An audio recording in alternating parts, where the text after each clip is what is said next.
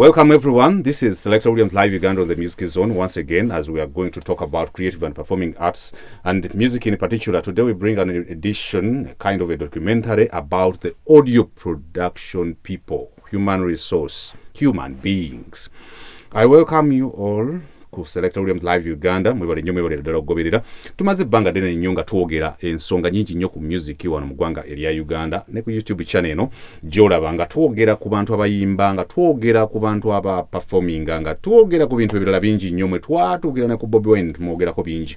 Naye coronavirus disease 2019 bwe yajja twatandika okufukamizibwa, twafuna okusannyalala, twafuna okulemazibwa, twafuna ebintu ebirala bingi nnyo ebyatukosa, ne bikosa abantu benna aba performers, ne bikosa abantu bonna bannamawulire, ne bikosa abasawo, ne bikosa abalwadde, ne bikosa of course omulwadde ye already abamukosefu, ne bikosa bannabyamizannyo n'abalala bangi nnyo. Ne bwe tuli bwe tutuuka okwogera ku bwe bikosezza music ebiseera ebisinga naddala abantu bwe baba bagenzeeko eggulu okufuna akasente, weekanga nga waliwo abantu abeerabirwa be bawandiisi b'ennyimba n'abaziproducinga, ate ng'oluyimba ebiseera ebisinga bwe luba lugenda okutambula gye lutambulira eyo, abantu bangi abatagenderako na credit yaabwe, that is the songwriters, arrangers and composers, as well as the audio programmers, the guys who do sound engineering and production. N'olw'ensonga eyo tugenda kuhavinga some documentaries, short documentaries on how these guys are doing, and this time we are coming up with audio producers, at least a few of them, because we were unable to reach out to everyone akola audio production. Naye be twasobodde okutuukirira bagenda kuba bakutegeeza nti bali mu mbeera ki, era abantu be twatuukiridde bagenda kukubuulira gwe owe ekirowoozo kyo. Era nawe munnayuganda ndaba ng'oli mu ggwanga erya Uganda, ali mu East Africa ne nsi yonna okutwalira wamu, ogenda kutuyamba oyongere otuwabula ku butya bw'olowooza bwe tusobola okuwa ebirowoozo ebisobola okubbulula ba audio producers, okubbulula ba songwriters, obuliawo n'abayimbi bennyini. Ekirala, how can we better our game or work on this channel, YouTube channel, because the main objective, the main goal of this channel is to see that the creative and performing arts, music in particular, goes miles ahead. Nze Selector Williams Live Uganda katugulewo n'omu audio producer asokera ddala akoze ennyimba nnyingi nnyo, definitely muziwuliriza, muziziniddeko amazina, bamwogedde ng'amannya, naye twagala kulaba kiki kyayogera ku business bwetambula, embeera bwebadde okuva coronavirus disease 2019 bwetandika, pandemic bwetandika, ne lockdown naddala nga tuli ku mulundi gwakubiri. Katwanirize eno beats.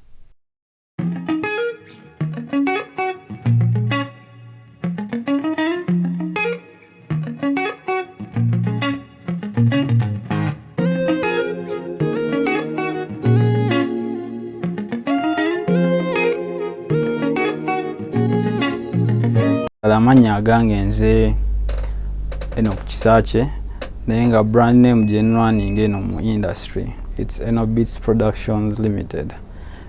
Nga ndi audio producer oba muyite engineer, audio engineer bw'oba okozesa luzungu.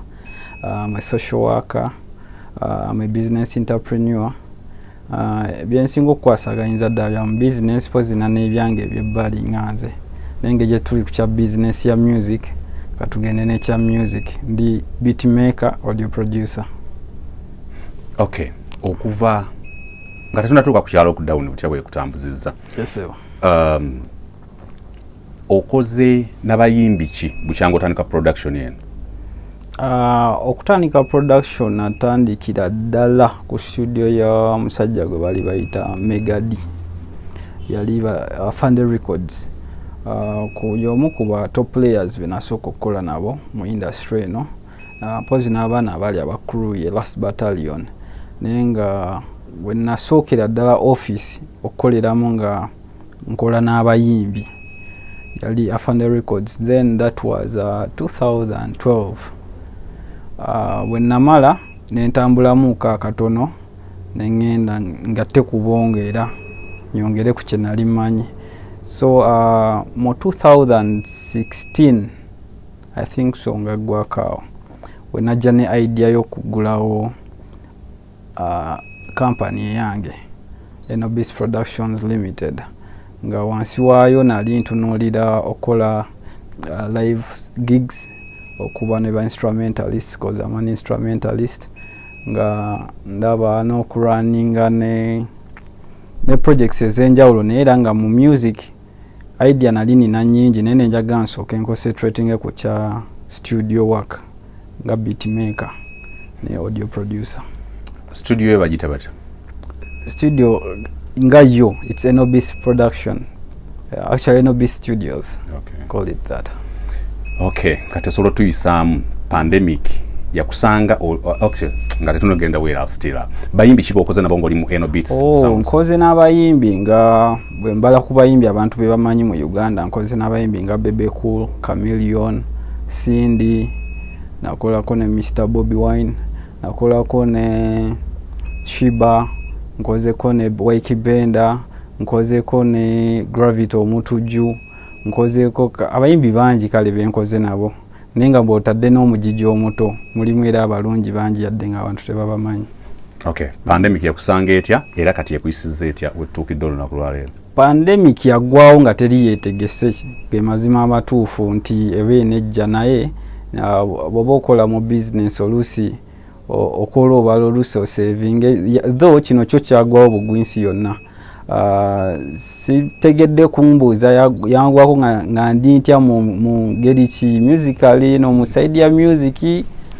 Mu side ya music kya affectinga nnyo naddala abantu betukolera ba clients baffe baba bayimbi abakola obulango, abakola documentaries, abakola movies, abantu betukolera sound kits za movie, abantu kugamba audio industry yonna kumpi yalinga eri affected because sente zibange ezeetooloola. Tukola n'abantu ab'ebitongole nga ate nabo baba balina ne work plan y'omwaka kwe batambulira, so nga kyabanyigamu ne kiba nga kinyiga naffe abali balina okukola ki okwasaganya emirimu gyabwe.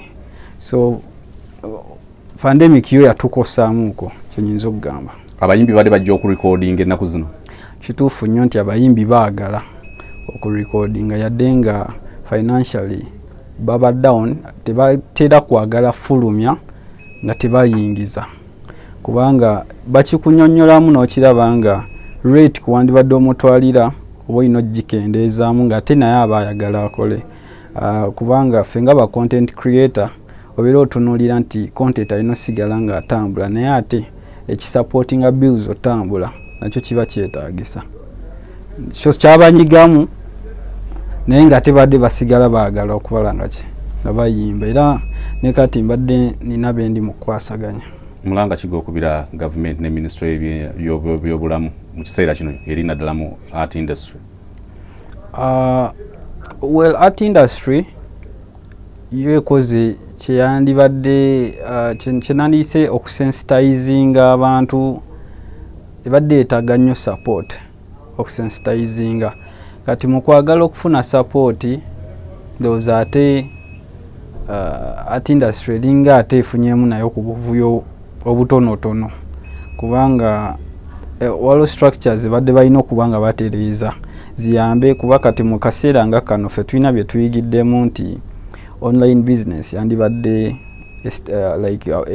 bagiyiga abaana abali mu music industry ne art industry yonna ne bayiga nti bagenda kuyiga batya marketing online, bagenda kuyiga batya okuteekangayo projects zaabwe banaazifunangamu batya. Kale tewali lecture ng'ezo zibayambye kukiyiga whereby ne bagaba survivingira ate ku government ate naye eringa eyagala ofulumya okuyamba ebyobulamu kwegamba waliwo akavuyo akabaddewo awo. Okay. Eri abayimbi ne baproducer banno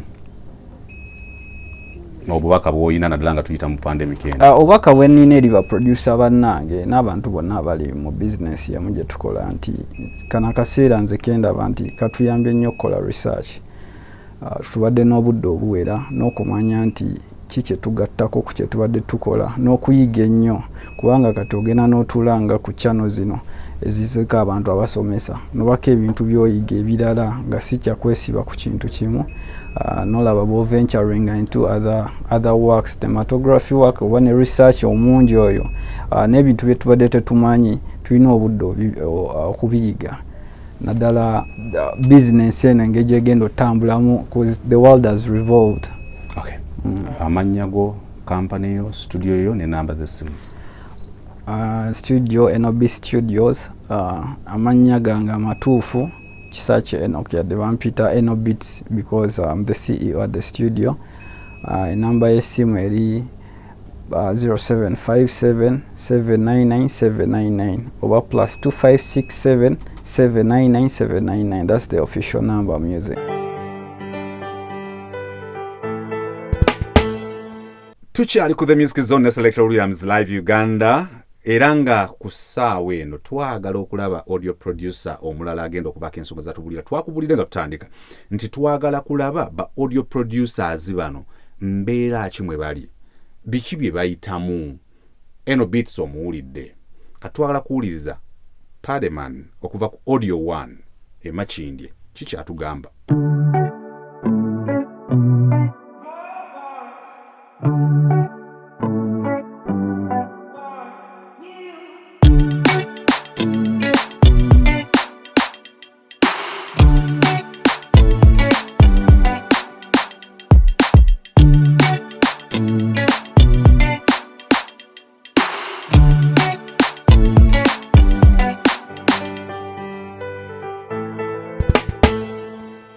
Nsanyusa okubeera ku Selector Williams Live.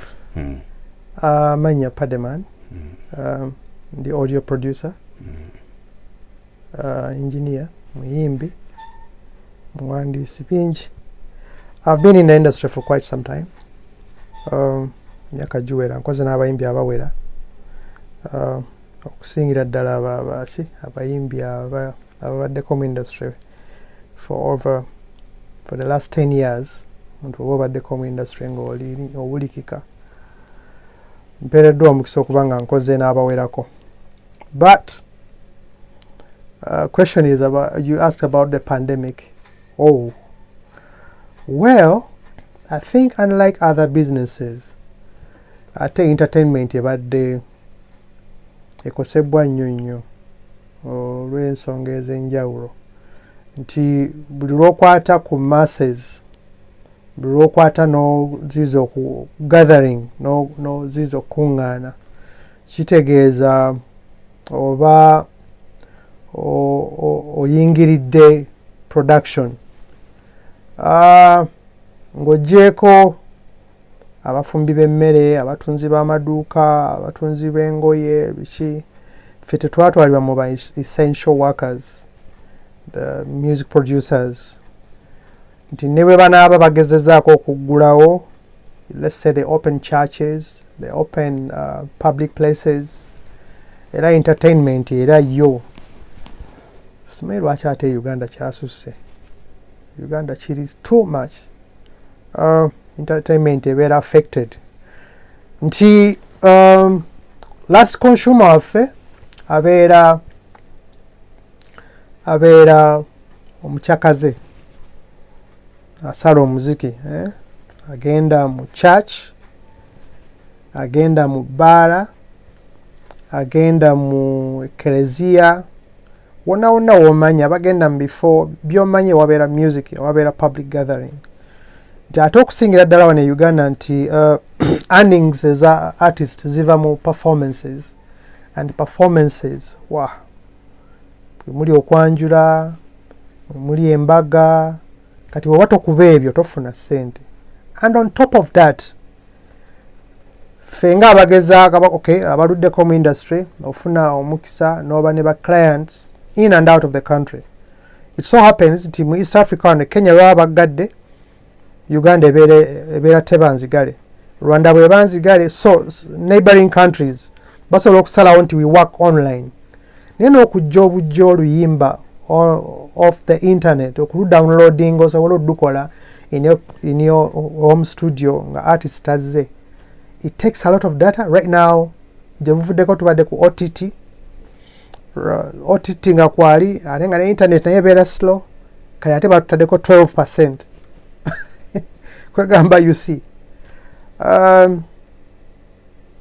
It takes a lot. Omuntu ayinza okuweereza files nga ziri mu, let's say, like 20 GBs or 40.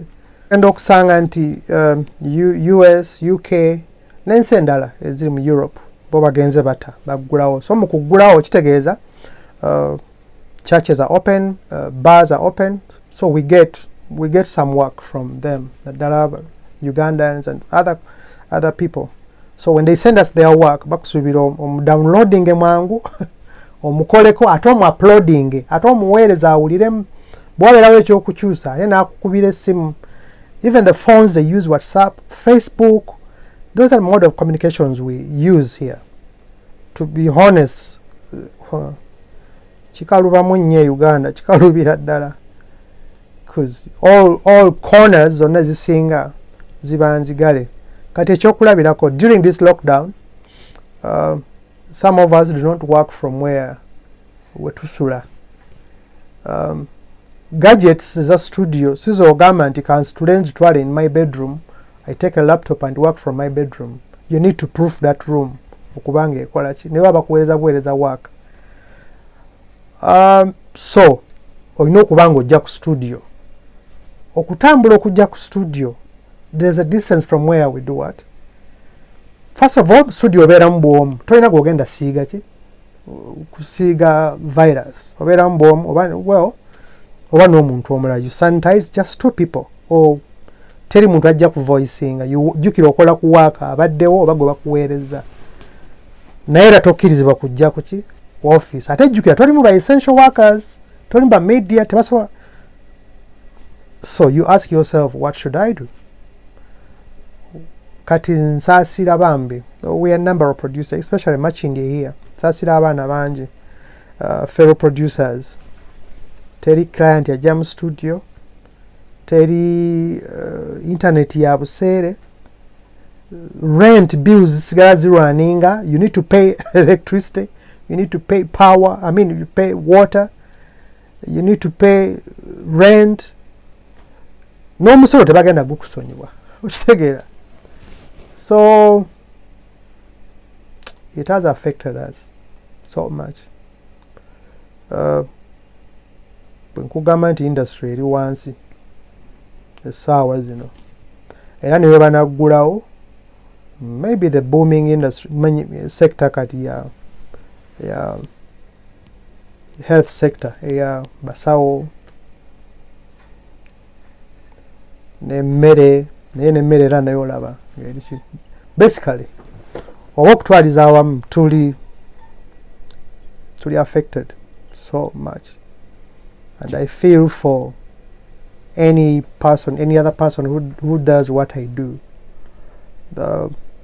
If there is anything that can be done, it should be done to save a number of people. For your information, some people just don't know. Oluyimba lumu bwe luti luyinza okwalulibwako abantu nga nkaaga. Oluyimba lumu bwe luti oluyimba. Mwe selector mukimanyi nti omuwandiisi abeera mulala, producer abeera mulala, promoter abeera mulala, DJ, video producer. So abantu babeera bangi abalya ku luyimba lumu bwe luti. So if you are not working, kiba kitegeeza industry ebeera affected nnyo. Charlie Selector Williams Live Uganda, that has been Pady Man, and byayogedde birimu amagezi mangi nnyo okumanya n'okutegeera, era nga ba audio producers abalala abatono bwe twasobola okufuna bwe batunnyonnyodde ebintu byabwe. Katwagala kulaba n'abalala bagamba ki, era nga mu ebyo mwe twagala okulonda biki ebisobola otutwala mu maaso. Ne gavumenti ajjukira omulanga nti bano boolaba ssebo abali mu kwogera wano batono nnyo ku abo abangi abali mu Uganda, ate nga be basalawo ezo ennyimba ze mugenda ne muzinirako mbu mubonga n'oyo. Oyo Pady avuddeko yalukola oluyimba lwo President Museveni ssebo. Naye katuwulize Diggy Baur byatugamba.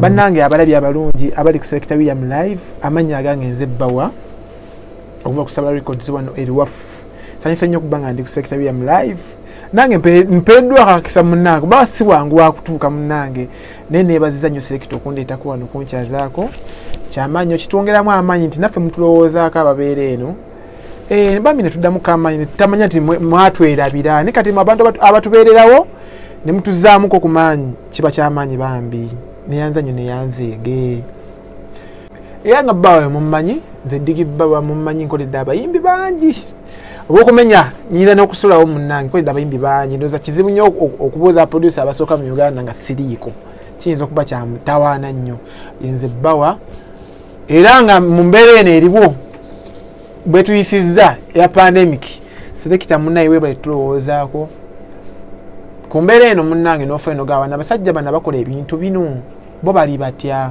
bambi kituzizzaamu amaanyi ng'otulowoozezzaako Selector era essaawa eno nandiyogedde ku kintu kya pandemic bwe tuyisizza pandemic tebadde nnungi ddala ku industry yaffe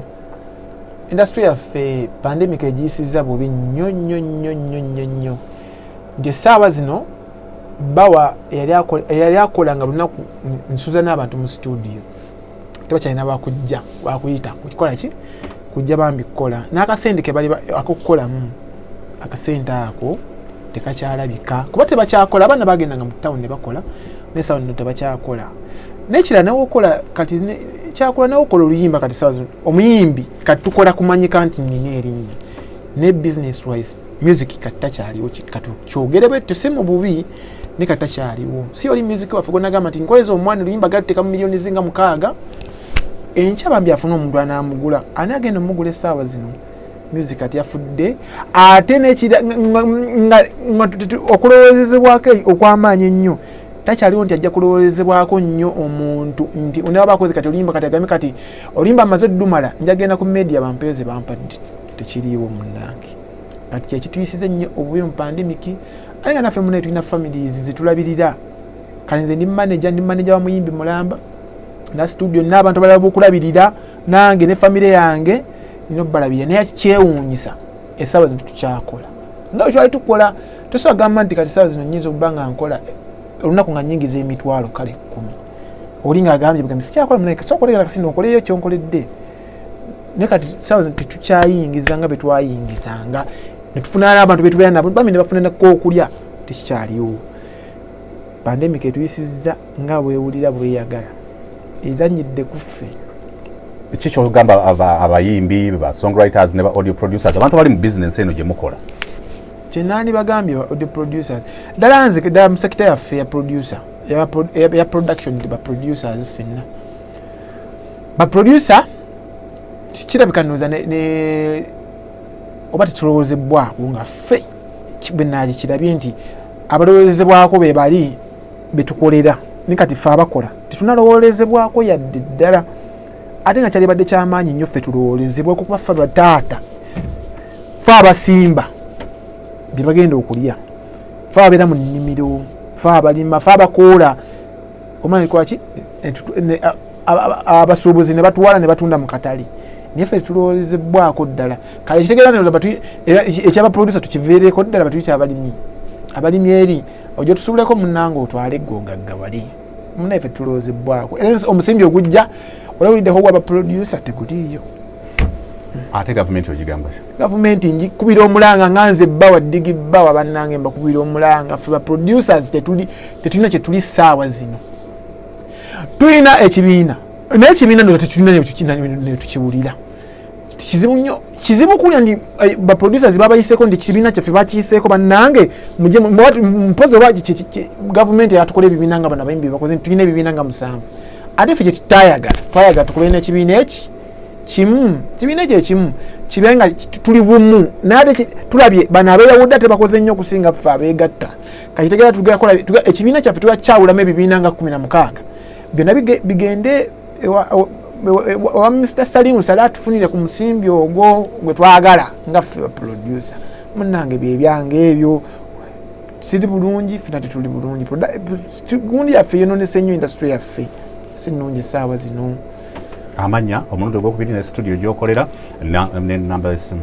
Munnange amanya gange nze nsigadde nga Diggy Baur, abasinga gwe bayita Baur, okuva mu Sabala Records wano eriwafu, era ng'omuntu alina neetaaga okunfuna enamba yange yeeno 0701 38 06 53 0701 38 06 53. Bannange mbeebaza nnyo okuba nga mukyali ku selekita waffe ono atumanyidde ennaku yatukaabirira ne tumanya nti bannaye omusajja abimanyi kuba yali abikozeeko naye amanyi obulumi bwe tukola ki bwe tuyitamu. Tweyanza nnyo, tweyanzeege. Mweraga. Selector Williams Live Uganda, that is the Sabula boss Diggy Baur. Akuba ennyimba n'owulira bawawawa n'ebyo byakutegeezeza bye bigenda mu maaso mu bulamu bwe okuva pandemic lwe yajja, era nga twongera okusaba buli muntu yenna okukola kyonna ekisoboka okulaba nti ne bano ba creatives bayina we balabikira mu nsonga zonna ez'obuyambi, nakikubanga nalabye 54 concerts ezigenda mu maaso ku NBS TV zigenda kutwala 54 weeks, naye audio producer yalabikirawa talina walabikira. Nze Selector Williams Live Uganda njagala okuwulira ku Jonah producer Warrior Audio kyayogera ne banna Uganda naddala ku Selector Williams Live Uganda.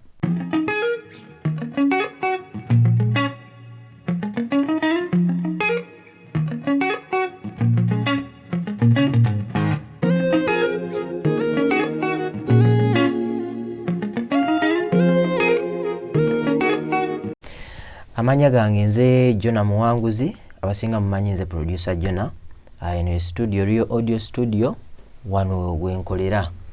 Nkoze ennyimba nnyingi nnyo, The New Eagles, Golden Band, groups nyingi zenkoledde n'abayimbi bangi, era ennyimba ezasinga okukyaka ennyo lwensinga okwenyumirizaamu nsambira nnyuma nga Janzi lwaleeta Film Award. So achievement eyo yali yamanya eri studio eno. Pandemic egenza okujja ene yakakati mabegako awo baali basibawo lockdown yasooka, katubadde tutandise okweyunga tubeere nga tuddawo kuba embeera yakyuka, buli muntu yagiraba ekirwadde kyakyusa embeera, naye tubadde twakatandika okugumira embeera ate ne baddamu ne basibawo. Bagenza okusibawo tubadde tutulanga n'abayimbi mu studio abali codinga tebakyali codinga, oba oli awo muyimbi nakkubira agamba waaye 10 olirabye ku simu oba 5 kati tetukyakirabako.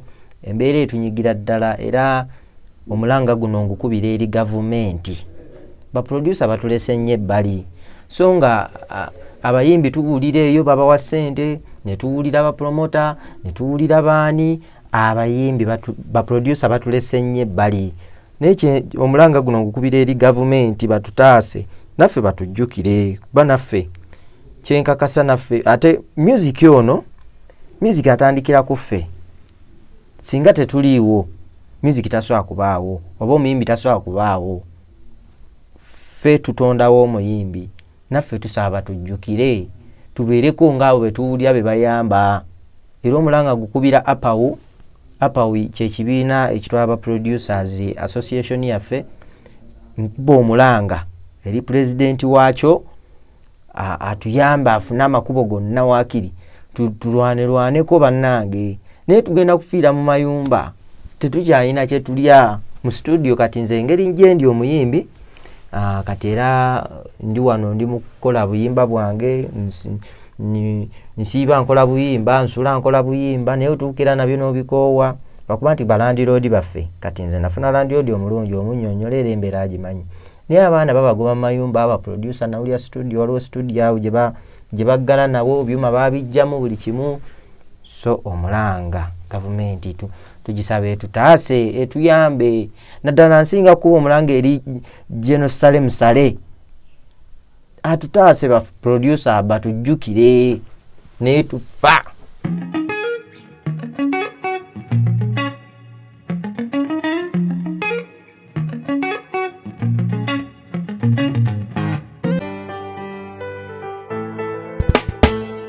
That has been Jonah Muwanguzi aka producer Jonah from Real Audio in matching the steel to relay what Brian Beats has to tell us regarding how he's faring, how he's moving on, especially during this second lockdown brought about by the pandemic, coronavirus disease 2019. Here is Brian Beats Momulide ngayoga benyimba nyo ezaba palaso nendala. Let us listen to what Brian Beats has to tell us.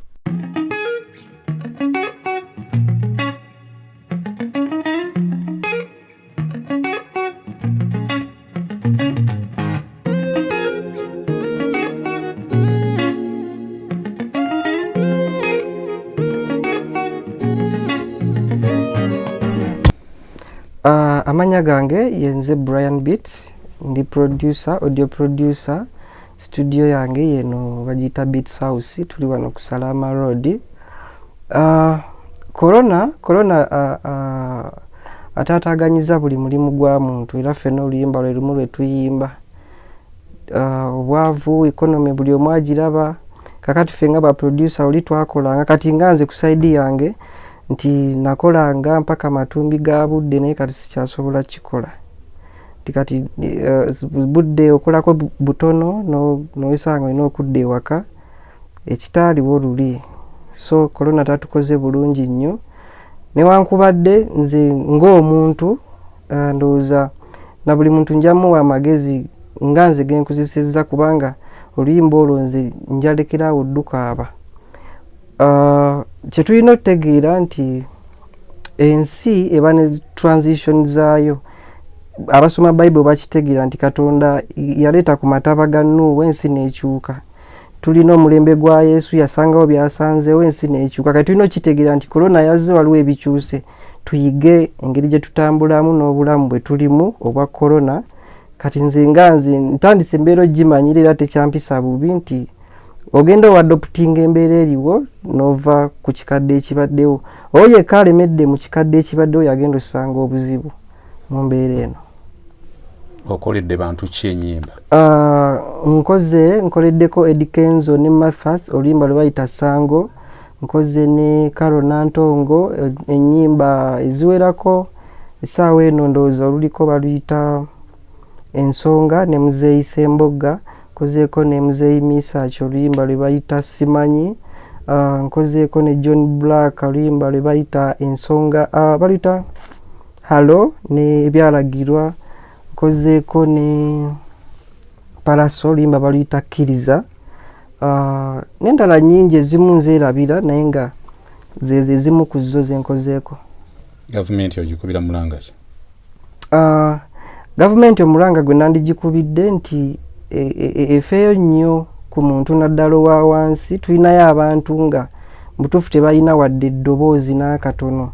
Oluusi tuyinza otunuulira ennyo abalina ku ddoboozi oba n'abasobola otuukirira amawulire nga basobola okweyogerako ne bakaabirira naye enjala nabiki, naye waliyo ate owa wansi oli ddala nga talina na ngeri gy'atuuka mu kamera. Ndowooza bandimufuddeko nnyo. Kyekirowoozo kyange.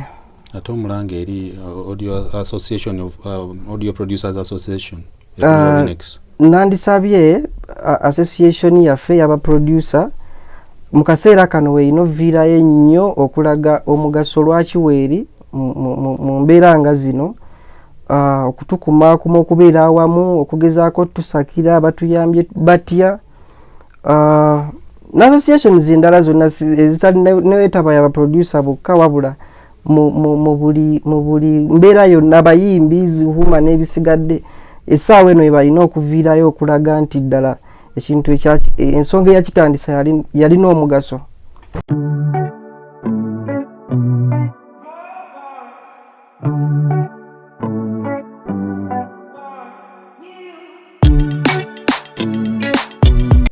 Obubaka obusembayo ndowooza neebasaala era nsaba Katonda embeera gye tulimu eya corona agumye buli emu omutima, ayongere obugabirizi mu maka gaabo naddala okusingira ddala abatalina oba mbuyite bwogerero, abaavu bali abawejjera okutugumya emitima, okutwongera okutugabirira. Atuyambe na kino ekirwadde akikakkanya amaanyi kuba byasinga byonna.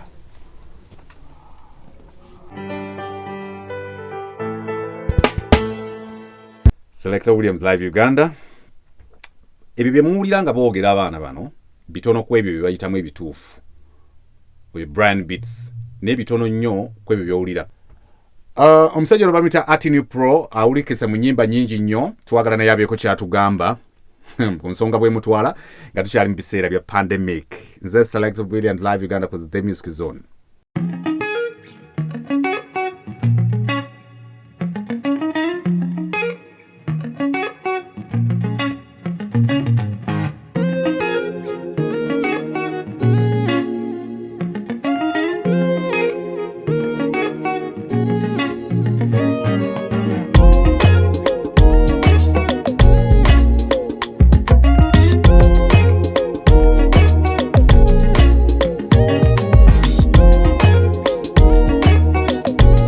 Amanya nze Artin producer, Artin Pro.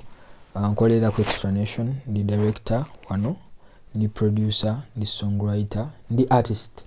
Yeah, so pandemic yatusanga tuli mu mbeera ndowooza buli omu nga mwe yali. Yatusanga tuli excited, tuli mu kukolera ng'ensi bwe yatulabanga tuli mu giweereza nga bwe twalina nga ogikola ki ogiweereza. Newankubadde yatukwatira mu mbeera nga tetwetegese nnyo. Ebisinga byajjanga nga tubuulira okuva bannaffe naye nga twali tetubitegeera paka bwe kyakola ki bwe kyajja wano.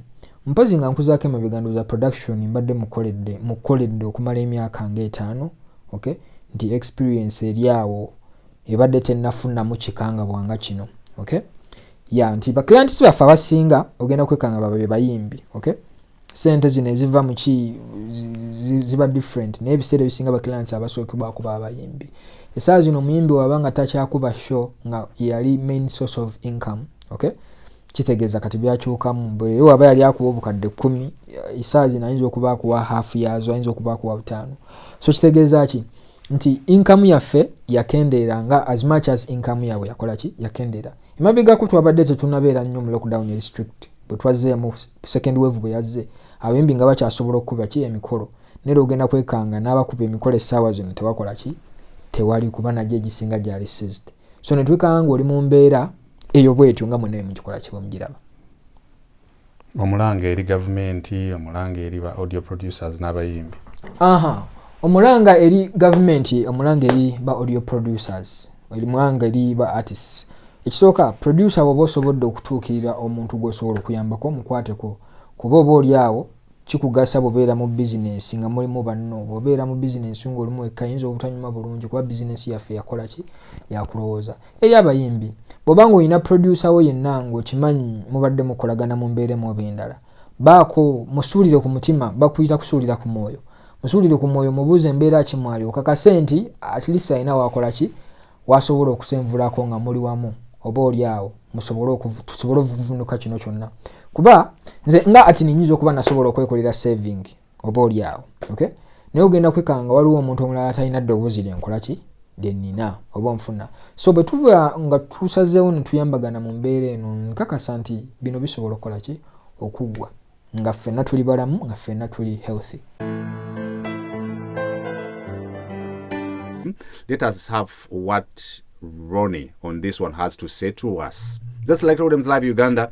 Kino kigendererwa kya kukuleetera abantu bano audio producers omanyi bali biki ennaku zino. Kitulungi music bakyamufulumya naye bali biki. Ronnie on this one. Actually this guy was trained and mentored by Rinex. Let us listen to what he has to say. Ladies and gentlemen, mwebale nnyo abeekuumidde ku Selector Williams Live. Amanya bampita Ronnie oba Ronnie on this one, sweetest sound boy, kyonna kyoyagala kyompita naye nga nze neyita Ronnie. So nze Ronnie ndi muwandiisi wa nnyimba, ndi audio producer, ndi instrumentalist. For now bye byenyinza okugamba naye ndowooza batamanyi Ronnie musobola okuba nga mulina ennyimba at least ze mumanyi ze yali akoze oba mwe mwali muwulidde erinnya Ronnie oba Ronnie on this one. Ezimu ku zo nnyimba nga nkuloga kuba lwe luyimba olumu kuzaasinga okututumukiramu ekigambo Ronnie on this one. Nkuloga olwa Bruned Official oluyimba olwawandiikibwa era lwa producing bwanze kenyini. N'oluyimbo lwa Waya Waya olwa Bebe Cool lwawandikibwa nze kenyini era lwa producing bwanze kenyini. Talk of Dr. Jose Chameleone, enyimba nga Champion ne Mateeka, nazeera mulimu omukono gwange mu kuwandiika ne production byonna nze yabikola. Nyimba nga Wakaima Bebe Cool, Make a Wish Bebe Cool, Talk of Enyanda Shiba was written and produced by me. Kanange ekiseera kino kye tulimu kizibu nnyo. Tuli mu mbeera ya kazigizigi, mbeera ya kubeera nga business zonna ziri ku stand still. Naye era munange era twebaza Katonda nti abakyali abalamu tuli balamu, tusaasirako bonna abafiiriddwako abantu baabwe. Naye ffe embeera eno nga music industry embeera eno etunyize nnyo nnyo nga gye nkomezza. Ku lw'ensonga ssaawa zino obeera music producer obeera songwriter, abayimbi baba tebakola kitegeeza naawe akasente kaba kakenderera ddala. Sinakindi nga tolinayo n'abantu bayinza kugamba nti oba kale gya mpandikirayo oluyimba. Naye Katonda abadde tatuyisiza nnyo bubi nti era mu buli mbeera embi mubamu ekintu ekirungi ekivaamu. Nze pandemic nga yakatandika tulina ennyimba weza awareness ze twakolamu kaawo. Katonda nanyamba ne tugenderako awo mpola mpola, naye generally obulamu tebubadde bulungi nti emirimu wobanga walina emirimu ng'okola kale ku 100 back then emirimu gye twalinga tukola ssaawa zino gyakenderera ddala, percentage yeesalira ddala. Era music industry ky'omanyi ezze emabega, sijagamba myaka naye ezzeemuko emabega ku lwa pandemic eno, kuba abayimbi nga wokimanyi mu Uganda wano babadde nga basurvivingira ku busente obwa performances, nti performance wano ne wali najja naawe enkeera n'akuwaayo n'akugamba Ronnie tukoleyo oluyimba n'akuwaayo ssente. So ne mu mbeera eno nze ndowooza gavumenti ya Uganda yandibadde endosinga nnyo oba eyisaamu etteeka erya copyright. Ku lw'ensonga copyright eyo tetumanyi na mbeera ddi lweyitereera, naye copyright eyo esobola otuyamba nti oba okozeyo akayimba kati let's say Nigeria, tetugenda wala, omanyi ow'amaanyi aba w'amaanyi kuba saa zino Nigeria tuliko waggulu. Nigeria omwana akola oluyimba nga upcoming we luyitamu ne lukola tasobola kufa bwavu yadde, famire ye erulyako n'abantu bonna bakoze nabo ne balulyako. Kati gavumenti singa eteekawo etteeka erya copyright oba n'eritunulamu oba kale abantu abamanyi ebintu bino ne babikwasaganya, kuba ssaawa zino nze kyemmanyi abali kulowooza ffe be tuli kulowooza nga abayambe music industry, ate buli omu ayagala kufunamu kantu ayitemu awete, naye ate tafiiriridde muntu oyo anajja. So gavumenti singa yeeba ekikuttemu nga kyateeka, radio station webe playing oluyimba lweteekwa okusasula, TV station eteekwa okusasula nga wekiri ewalala. Awo at least tujja kubeerako nga at least omuyimbi waba asasuddwa nga TV station yemwe musasudde, naawe producer abaakuwaako akasene. Naye saa zino ojja gamba abayimbi naye ng'ate munnange nabo tebalina gye bafuna ssente, okitegeera. So copyright eyo webaawo eba etuyamba nnyo. Gavumenti ya Uganda ebeere ng'etunula mu bayimbi kuba bafunye ekyokusoomoozebwa. Oh, yeah, Ron, on this one of the greatest songwriters, and the songs that he has been able to write, to put together is Waya Waya by Bebe Cool. He wrote the song, arranged and composed it, and did production, programming, and sound engineering. That is Ron for you. Waliwo musajja nawulirako nga Kenza ayimba ekigoma tukikuba ne Kuseimu is the guy that is coming next. Kuseimu y'omu ku ba audio producers abakabi mu ggwanga lya Uganda and songwriters. Era Kuseimu ffenna tukimanyi nti ennaku zino alina record label gyakulembera bagiyita ABM eri Muyenga. Yavuddeko emakindi ali Muyenga era yavunaanyizibwa ku muyimbi gwe bayita Pia Pounds. Yakola ebyamagero bingi nnyo regarding music production and direction for Eddie Kenzo and many others azawi n'abalala bangi nnyo. Katubuuze kulabe kyatugamba Kuseimu. Abatulamba balamusiza nze bampita Sempije Emmanuel, abamu gwe bamanyi nga producer Kuseimu. Ndi music producer, songwriter, director mu ngeri emu n'endala, omukubi w'ebivuga, creator, kwegamba te nga nvumbula n'abaana abato okulaba nga industry yaffe tulaba gyeyongera. Era nzize nkola ku nnyimba ezo era omuli ezimu ng'ezaba Eddie Kenzo, omwali zimbirombiro, zijubilation, zinaisa nabuli n'endala nyingi nnyo, omwali neza Remana Makula ng'otaddeko baana bawala bangi nnyo abajjakaawo abato, Bafik Fameka, Bafefe Busi, baana bawala nga ba Azawi, Pierre Pounds, New York, n'abalala abayimbi bangi nnyo ng'era bwe mumanyi. Era studio yaffe bagiyita African Bureau of Music oba Fresh. Munange nno embeera nno tebadde nnyangu ddala okuva covid ono bwe yajja. Twali twakaggulawo studio eya ABM mu January 2020 ne bajja ate batuggala.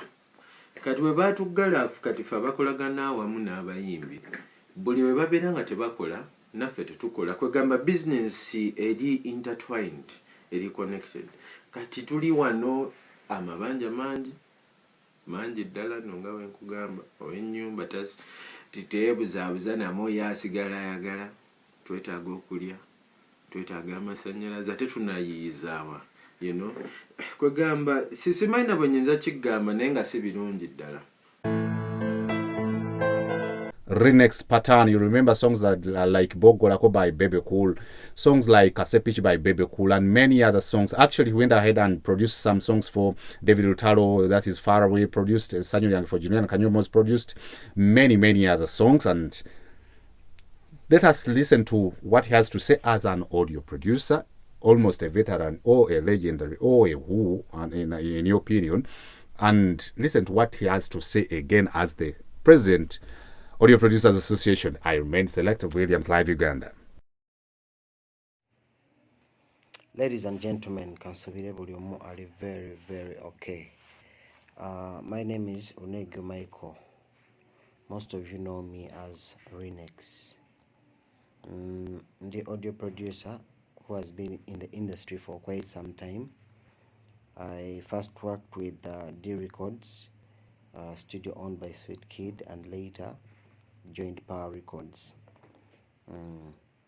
I've been in the industry for quite some time. I think for about 12 years now. Nkoze n'abayimbi bangi nnyo, almost bonna bali mu industry.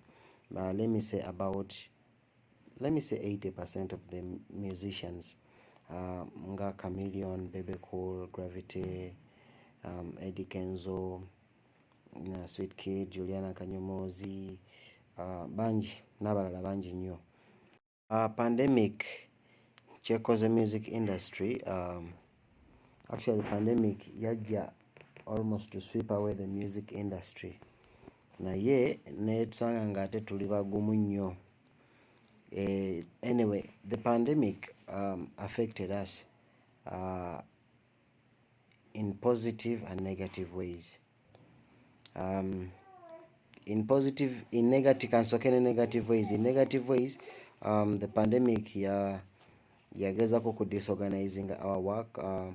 We lost clientele, even those clients who could come to the studio and record,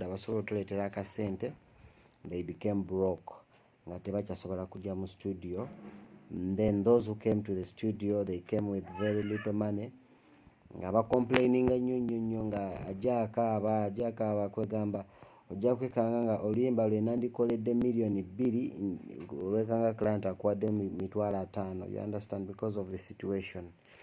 And the positive side of it, pandemic chetutasiza nti okay, how it has affected my work nti I've had enough time to reflect on my work. Funny enough time to do research. Pandemic ono era my production skills are no longer the same. The mentality I have about music is no longer the same. If I compare the knowledge I have right now and the knowledge I had like 2-3 years ago, there's a very big difference. It's because we've had enough time for ourselves during this pandemic last year and this year. So basically it has helped me improve on my production skills. And then I've built stronger relationships n'abayimbi, and then I have personally I have discovered so many strategies ezisobola otuyambanga music industry.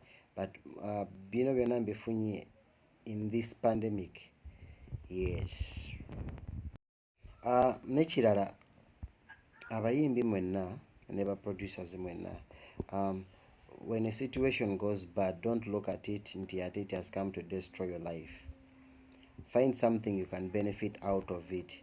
Kati nga this pandemic, ekirungi nti most producers have been calling me nga tusharing ideas. Most producers babadde bayiganga bintu bingi nnyo online nti abasinga badde bali ku improving their skills in production, mixing and mastering, music business. Kwegamba mbadde nfunanga so many positive reports from producers. So everybody out there, don't look at the pandemic like it came to affect you or it came to destroy your career. Just take it as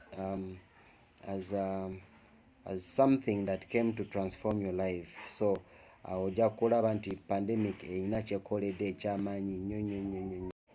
APAU stands for Audio Producers Association Uganda.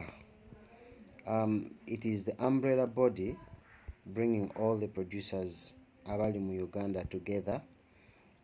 We share the same values, and we are in the same industry. We almost use the same programs. We work for almost the same artists.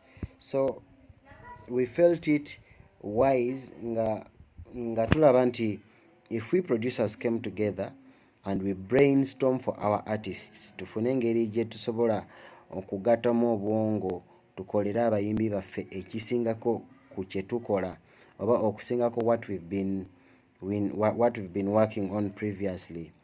So that has always been our goal nga APAU, okulaba nti we create something that is going to elevate the music industry. Ekirungi nti pandemic yagenda okuhappeninga, yagenda okuhitinga the whole world nga already ba producers twakwatagana, though kyagezako nnyo okutu affectinga, but some producers were not affected. There are producers, of course, are very established like myself, n'abalala batonotono nti bo bali established nti basobola okusurvivinga. Yes, and they know exactly what to do and how to overcome these situations. So ekirungi nti kino ekintu kyagenda okuhappeninga nga ba producers fena tusa kimu. So first phase kyetwakola, the producers who could not who are finding omulundi ogwasooka, the producers who are finding difficulty in surviving, in handling life, twagezako okwekwatakwata fenna ba producers abesobola. We came up, we collected something and started helping our fellow producers, and that's how we managed to survive. Nti buli producer avayo n'akaaba, we follow up. Producer ina bavayo n'akaaba, we follow up. So twagezako kweyamba mpola mpola in that first lockdown, but then twagenda tweyigiriza, and it gave us a very big lesson ngaba audio producers. Yeah, the whole producer fraternity was affected because we reached a point nga fenna sente zakenderamuko, because sente zakendera basically ne mu business. Omuyimbi gobadde okoleranga bukadde bubiri tasobola kuzikuwa in this situation, aba akaaba naye agamba tayingiza sente lerererere, egambe yandikusasudde obukadde bubiri for song wekanga akuwaddeyo $5,000. You understand? So it has kind of affected us in the finances zaffe zikendeddemuko, but ekirungi nti most producers balina bingi nnyo bye bayize. Tuyize bingi nnyo ffe nga APAU nti kati tuli set to go to another standard, to go to another stage. You understand? Abaana bayize production, abaana bayongedde nnyo ku skills during this pandemic. Badde nfunanga positive responses from different producers.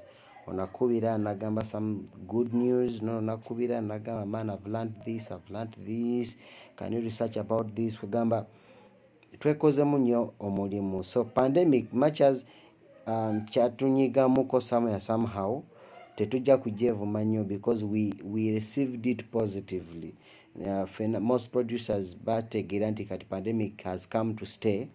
There's no way you can do without it, so we have to just adjust and learn to live by it. So kyetutaasiza nnyo okusurvivinga nga aba audio producers. This time siwulidde nnyo babangi abakaaba like before, like last year. Era this pandemic sinaba kufuna complain nnyo eri awo nti ono akaaba nti nsuza enjala bangobye mu nnyumba. So such complaints tezinaba kujja, and I don't believe they're going to come, because we are training producers, yes, to learn to survive in every situation that comes by. Nga finalizing, every producer ngoli eyo ng'okimanyi nti you love music production, music is your passion. Tuyina ekibiina ekigatta aba audio producers bonna mu Uganda kye bayita APAO. Most producers are now subscribed to it. And if you're there and you're not yet part of us, please look for me, and I will explain to you how to become part of us. Tukuyamba tutya, I mean some of the benefits you enjoy when you're part of our community. So let's not look at pandemic in like a disaster, but something has come to destroy us. No. And say chuka, this world changes. If something has gone astray, then you have to look for ways of going through that. So tetugenda kubera ne excuses of the pandemic tulemekuza industry. So let's stop sleeping around. Let's sit in our studios. Producers tuyiga okutunda beats online. There are so many platforms. You can sell beats. You can interact with artists not only in Uganda. Kati, for example, me, I've been surviving on artists outside Uganda mostly for about 3 years now. Until most of my work these days going kolanti I motekanyo online, so I get clients. Most clients I get come from outside Uganda. Mu pandemic ono. So guys, let's not sleep. This world is a global village, so you can work in every situation. You can work from home. You understand, my fellow producers? Yeah, thank you very much. Selector Williams. Blessings, my brother. Alaba Selector Williams live Uganda. Ensonga za Rinex oziwulidde. Ne babala betugenda okutuukirira bakuseyemu Croach, David DMS, Mobile Smart, Dr. Travis Stickers, West Steve Jean. Bakyali bangi nnyo era later on we shall reach out to people like Steve Jean and many more others. So Shane ekomye wano naye bw'oba owulira nga ddala olina ky'oyagala tuwongeremu nabutya bw'oyagala tukyongeremu, you can reach out to me ku ssimu ezo z'olaba. This is Selector Williams Live Uganda. This platform or the show on Selector Williams Live Uganda is The Music Zone. And goodbye for now, but you can remain meditating upon what you have heard from these gentlemen. Bw'oba olina gw'oyagala reaching out, you just reach me, and definitely I'll make sure.